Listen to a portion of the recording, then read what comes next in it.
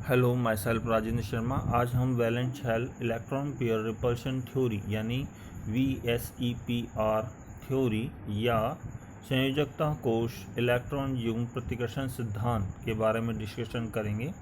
यह सिद्धांत गैलेस्पी और नायहोम ने दिया। किसी भी मॉलिक्यूल के सेंट्रल एटम से कितने बॉन्डिंग और नॉन बॉन्डिंग इलेक्ट्रॉन पेयर्स उपस्थित हैं, इस आधार पर उस मॉलिक्यूल की ज्योमेट्री को निर्धारित किया जा सकता है। गैलेस्पी और नायहोम ने बताया कि किसी भी मॉलिक्यूल में जो सेंट्रल एटम है उसके चारों ओर जो बॉन्डिंग और नॉन बॉन्डिंग इलेक्ट्रॉन पेयर्स हैं वो इस तरह से व्यवस्थित होते हैं कि उनके मध्य में जो रिपल्शन है वो मिनिमम हो और जो उनके जो पोजीशंस हैं उनकी स्टेबिलिटी मैक्सिमम हो। इस आधार पर उस मॉलिक्यूल की ज्योमेट्री को आसानी से निर्धारित किया जा सकता है। इस सिद्धांत को समझाने के लिए उन्होंने कुछ नियम दिए। पहला नियम है कि किसी भी जो कोवलेंट मॉलिक्यूल है उस मॉलिक्यूल के सेंट्रल एटम के चारों ओर यदि केवल बॉन्डिंग इलेक्ट्रॉन पेयर्स हैं तो उस मॉलिक्यूल की ज्योमेट्री सामान्य होगी।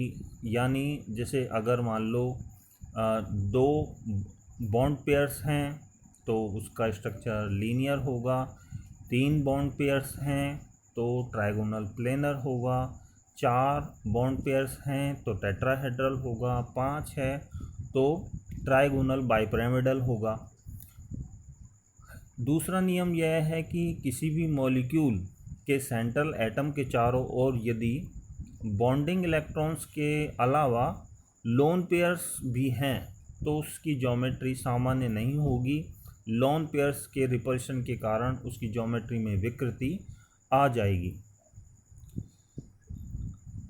इसका रीज़न यह है कि जो बॉन्डिंग इलेक्ट्रॉन्स हैं वो 2 परमाणुओं के नाभिकों के मध्य उपस्थित होते हैं, यानी 2 नाभिकों के प्रभाव में होते हैं, जबकि जो लोन पेयर्स होते हैं वो किसी एक परमाणु के नाभिक के प्रभाव में होते हैं। इसलिए वो आयतन ज़्यादा घेरते हैं और ऐसे जो लोन पेयर्स होते हैं उनमें उनका रिपल्शन इफेक्ट भी कंपैरेटिवली ज़्यादा होता है। इस आधार पर इलेक्ट्रॉन पेयर्स के रिपल्शन का क्रम यह होता है कि लोन पेयर्स मैक्सिमम रिपल्शन करते हैं, फिर लोन पेयर बॉन्ड पेयर्स करते हैं और सबसे कम रिपल्शन बॉन्ड पेयर्स के मध्य होता है। यदि हम एग्जांपल लें जैसे sp हाइब्रिडाइजेशन, जैसे बेरिलियम हैलाइड में sp हाइब्रिडाइजेशन है, इसका स्ट्रक्चर लीनियर है। एसिटिलीन है, इसमें भी sp हाइब्रिडाइजेशन होता है कार्बन का और इसका स्ट्रक्चर भी लीनियर है। कार्बन डाइऑक्साइड है। और हम यदि sp2 हाइब्रिडाइजेशन के एग्जांपल्स लें जैसे बोरोन हैलाइड, इसमें केवल 3 बॉन्ड पेयर्स हैं, इसलिए इसका जो स्ट्रक्चर होगा वो ट्राइगोनल प्लेनर होगा और बॉन्ड एंगल 120 डिग्री का होगा। जबकि स्टेनस क्लोराइड में एक लोन पेयर होता है, 2 बॉन्ड पेयर्स होते हैं और इसी वजह से इसका जो स्ट्रक्चर होगा वो विकृत हो जाता है। इसका स्ट्रक्चर वी शेप होता है और जो बॉन्ड पेयर्स हैं उनके बीच में बॉन्ड एंगल 120 डिग्री का होना चाहिए, लेकिन इसमें लोन पेयर उपस्थित होने के कारण यह बॉन्ड एंगल कम हो जाता है 120 डिग्री से और इसका स्ट्रक्चर वी शेप होता है।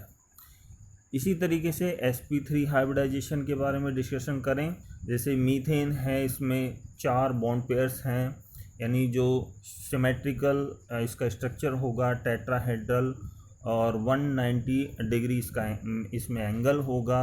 जबकि अमोनिया में एक लोन पेयर के कारण जो बॉन्ड पेयर्स हैं उनमें वो थोड़े पास आ जाते हैं लोन पेयर रिपल्शन के कारण, और जो बॉन्ड एंगल है वो 109 से घट करके 107 डिग्री हो जाता है। जबकि जो वाटर मॉलिक्यूल है उसमें 2 लोन पेयर्स होते हैं जिनका प्रभाव कंपैरेटिवली ज़्यादा होता है और यह एंगल और भी कम हो करके 104 डिग्री का हो जाता है। और वाटर मॉलिक्यूल का जो शेप होता है वो वी शेप होता है, अमोनिया में पिरामिडल शेप होती है।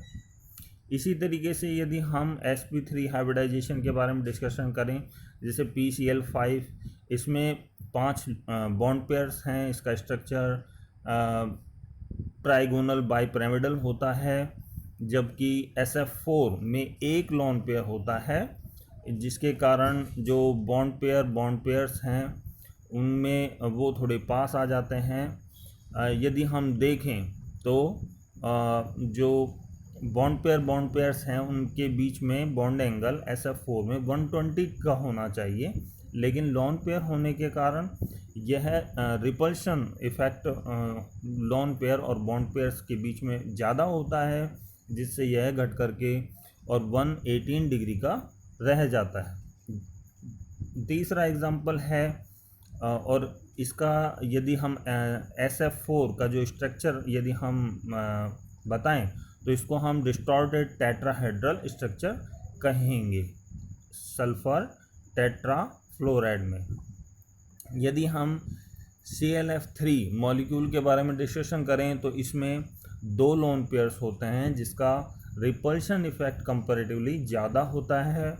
और यदि हम इसका जो शेप देखें वो टी शेप होती है और इसमें 2 लोन पेयर्स का रिपल्शन इफेक्ट होने के कारण इसका जो बॉन्ड पेयर के बीच में जो बॉन्ड एंगल है वो 90 डिग्री से घट करके 187.6 डिग्री का रह जाता है। इस तरह से यदि हम देखें तो जितने भी मॉलिक्यूल्स हैं उन मॉलिक्यूल्स में यदि लोन पेयर उपस्थित है तो बॉन्ड एंगल कंपैरेटिवली घटता है।